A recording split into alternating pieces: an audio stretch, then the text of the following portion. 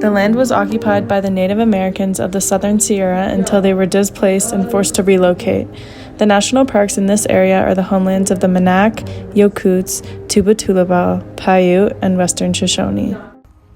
Sequoia is a Category 2 IUCN National Park, which is a natural area that is dedicated to protecting and preserving natural species. Our species that we're going to be talking about in this video today are the giant sequoia trees native to California. The giant sequoia tree was the sole reason that the park was established in the first place. It was signed into legislation by President Benjamin Harrison on September 25th, 1890. It was the first park established with the intention of protecting a living organism and the second park established in the United States. The sequoia trees during this time were specifically threatened by logging, so the local community urged Congress to take action in the late 1880s in order to save the national park. Giant sequoias are the largest tree by volume on Earth and have significant cultural and spiritual importance to Native tribes and the communities surrounding the area. Part of the reason why logging was so sought after was as a result of how big the trees were and the content of the wood that came from them. To better understand some of the threats that are local to Sequoia National Park, I'm going to give you some do's and some don'ts to do in that natural area.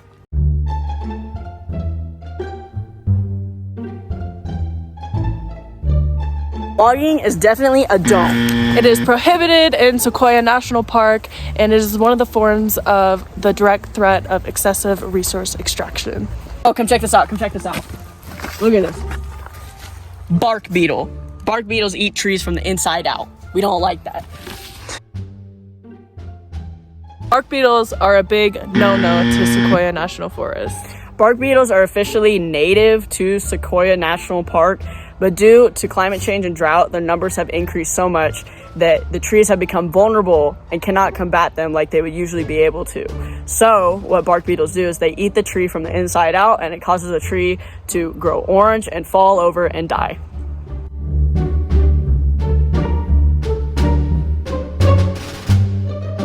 Oh, and man, you can't smoke in the park? Get out of here! Get this out of here! Human-caused wildfires are a big don't. They are our focal threat here in Sequoia National Park. They are usually caused by irresponsible campfires or smoking that the visitors typically bring in to enjoy themselves, but they don't do it responsibly, and it can cause a lot of harm. One of the underlying causes for wildfires is a lack of education and knowledge, and this is more specific to the indirect threat, which is climate change.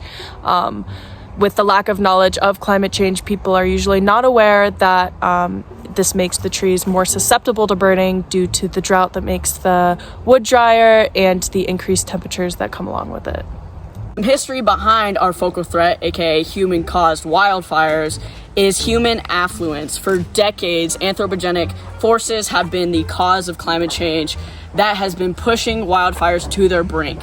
Climate change dries out the area and increases temperatures, and what has led to that is CO2 emissions, which naturally comes from the industrialization period of America back in the 30s and 40s, and this has been a big pushing force for climate change over the last century.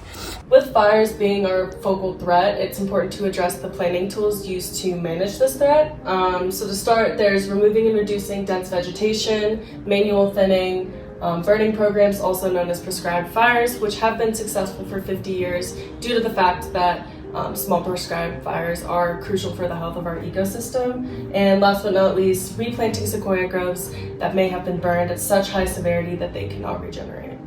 Wildfire management planning tools across the country have included 3 stages of fire restrictions. The first one being stage 1, which is high, stage 2, very high, and stage 3, extremely high. These restrictions in stage 2, which is what Sequoia has, is prohibiting all fires such as campfires, wood burning stoves, wood charcoal fires, no smoking, and any fires essentially below 6,000 feet. This has been proven less successful due to the fact that unattended campfires and other forms of human negligence have been the main cause for fires all throughout California and the West. Sequoia National Park has 3 key management principles that we're going to be discussing today. Our first one is immediate decisive intervention to deal with threats in order to save future costs. How and why this is important The big idea about this principle is to enable the management principles to look at things in the future to save future costs so they can worry about it now and don't have to worry about it later. So one of our examples was terminating invasive species early to save future money or maintenance costs to the park and its areas. Number 2, a systematic assessment of human-caused threats may aid in effective management. This is important for Sequoia National Park specifically to ensure that management keeps close eyes on the degradation of land, whether that be trails or how drought severe the area is, in order to make sure that visitors can keep visiting the parks under a sustainable, nice, beautiful condition. So one of the examples we have is having employees analyze trails frequently to make sure that erosion isn't happening at a rapid rate so visitors can still come and enjoy the park. Lastly, we have number 3, effective community education in order to reduce threats at Sequoia National Park. The reason why this is important is because community education is vital to reducing the threats in Sequoia. This helps with all the threats ever recorded in Sequoia, right? Visitors have to make a conscious effort to make smarter decisions in the park so they can keep coming back future generations and future generations and future generations to see this beloved park that has kept its values over the decades. One example we have is putting out your fires properly. And another one we have is using a bear box to store food to reduce human-bear conflict.